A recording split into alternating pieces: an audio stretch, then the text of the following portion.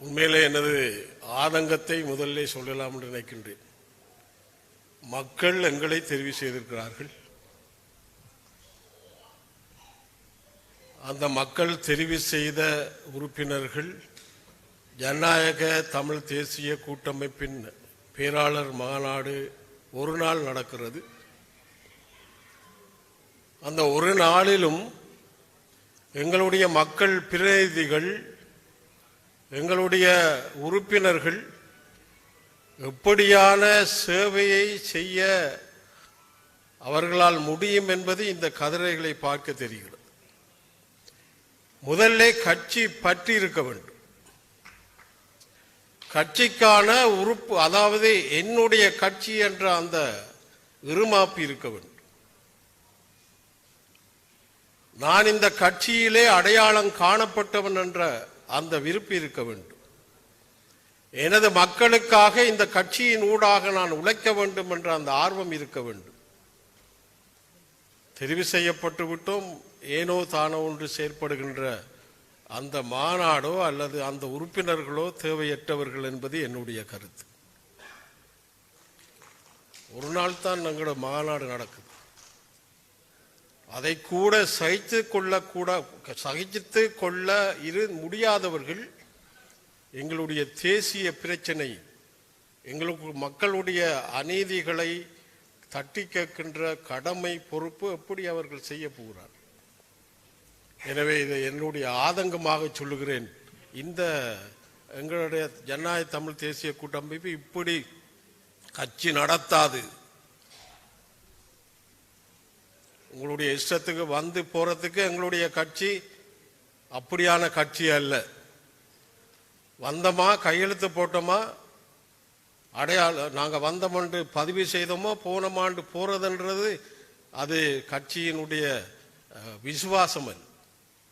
ஆகவே கட்சி நடவடிக்கை எடுக்கும் இப்படியான நிலைகளிலே. ஏனென்றால் இங்கே எல்லாரும் வேலம் மெனக்கட்டு வரையில் எங்களுடைய மகாநாடு 3 வருஷத்துக்கு பின்னால் நடைபெறுகிறது. இந்த 3 வருஷத்தில் பிரதேச சபை நகர சபைகளை அலங்கரித்த எங்களுடைய உறுப்பினர்கள் எங்கே போயிருக்கிறார்கள்?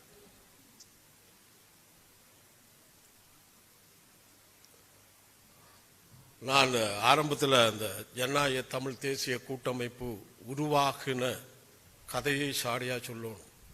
அது வலி சுமந்த ஒற்றுமை. இந்த ஒற்றுமை என்பது வலி சுமந்த ஒற்றுமையாகத்தான் நாங்கள் பார்த்தோம்.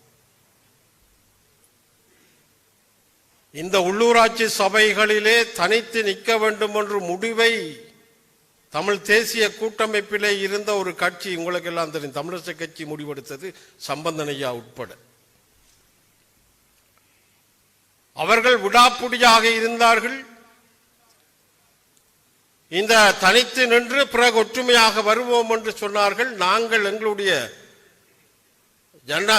தமிழ் தேசிய கூட்டமைப்பிலே இருக்கிற கட்சிகள் இரண்டும் விடாப்புடியாக நாங்கள் இருந்தோம். இல்ல, தமிழ் தேசிய கூட்டமைப்பு மக்களுக்காக உருவாக்கினது. இந்த அற்ப தேர்தலுக்காக இந்த முடிவை எடுக்க முடியாது, எடுக்கக்கூடாது என்று நாங்கள் சொல்லி இருந்தோம். ஆனால் அந்த தேசியத்திற்கான அந்த தமிழ் தேசிய கூட்டமைப்பின் உருவாக்கை அவர்கள் கருத்தில் கொள்ளவில்லை என்பது கவலையை தருகிறது. நாங்கள் ரோட்டிலேயே நடு தெருவிலே கைவிடப்பட்டோம். ஏனென்றால் ஒரு கட்சியை நம்பி இவ்வளவு காலமும், இன்றைக்கு மக்கள் என்ன சொல்றாங்க, இந்த தேர்தலில் போனா தலைவர் தேர்ந்தெடுத்த வீட்டு சின்னத்திலே நீங்க விட்டுட்டு வந்தீங்க, விளக்கம் இல்லை மக்களுக்கு. அந்த வீட்டு சின்னத்தை வைத்துக்கொண்டு நாங்கள் புறம்பாக நிற்க போறோம் என்று சொல்லுகிற அத்த கணம் நாங்கள் வெளியிலே வருகின்ற போது அனாதைகளாக ரோட்டிலே நிறுத்தப்பட்டோம் எங்களுடைய கட்சிகள். என்ன செய்வதென்பதை அந்த நேரம் எங்களுக்கு தெரியவில்லை. அப்படி இருந்தும் நாங்கள் பேசி இன்றைக்கு ஒரு ஜனநாயக தமிழ் தேசிய கூட்டமைப்பை உருவாக்கி, இதிலே சிறப்பு என்னவென்றால் போராளிகளுடைய கட்சிகளாக மக்களுக்காக உயிரை துறக்க நினைத்த அந்த போராளிகளுடைய கட்சிகளாக இன்றைக்கு தமிழ் தேசிய கூட்டமைப்பு உருவாகி இருக்கிறது. இன்றைக்கு நீங்க நினைக்கிறீங்களா நாங்க எங்களோட பிரதேச சபை, நகர சபை, பாராளுமன்ற பிரதிநிதித்துவம் இல்லை என்றால் எங்களை கணக்கெடுத்திருப்பார்கள் என்று? அது எந்த கட்சியாக இருக்கலாம், அரசாங்கமாக இருக்கலாம், அல்லது வெளிநாட்டு தூதரங்களாக இருக்கலாம். அஞ்சத்துக்கும் கணக்கெடுத்திருக்க மாட்டாங்க. ஆனால் அந்த 3 வருஷத்திலே பெரிய அளவு நாங்கள் சாதிக்கவில்லை. எங்களுடைய வேலை திட்டங்கள் மிக குறைவாக இருந்தாலும் கூட இந்த ஒற்றுமையை ஒரு அளவுக்கு மக்கள் ஏற்றுக்கொண்டார்கள். அதனால்தான் எங்களுடைய மதிப்பும் மரியாதையும் சர்வதேசத்திலும் இந்த அரசாங்கத்திற்கும் இந்த வெளிநாட்டு தூதரகங்களுக்கும் தெரிகிறது. இல்லாட்டி எங்களை எந்த அழைப்பும் எங்களுக்கு வராது. ஆகவே இந்த வலி சுமந்த இந்த ஒற்றுமையை நாங்கள் எல்லாரும் உணர்ந்து கொண்டு மக்கள் மத்தியிலே சென்று செயலாற்ற வேண்டும் என்பது என்னுடைய கோரிக்கை.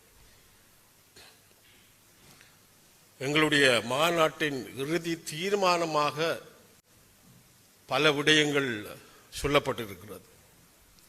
அதிலே எனக்கு கொடுக்கப்பட்ட தலையங்கமும் அதிலே நிறைய விடயங்கள் சொல்லப்பட்டிருக்கிறது. நான் ஒன்றை சொல்லிக்கொள்ள விரும்புகின்றேன். துப்பாக்கி சத்தம் இல்லாத ஒரு தேசத்திலே எங்களுடைய மக்களும் நாங்களும் வாழ்ந்து கொண்டிருக்கிறோம். ஒரு சண்டை என்பது துப்பாக்கி சத்தங்களோடு நடைபெறுகின்ற சண்டையாகத்தான் நாங்கள் பார்த்தோமே ஒழிய துப்பாக்கி இல்லாத, அந்த சத்தம் இல்லாத ஒரு போருக்குள் எங்களுடைய மக்கள் இருக்கிறதை நாங்கள் உணர்ந்து கொள்ள வேண்டும். மேலதிக செய்திகளுக்காக எமது யூடியூப் தளத்தை சப்ஸ்கிரைப் செய்யுங்கள்.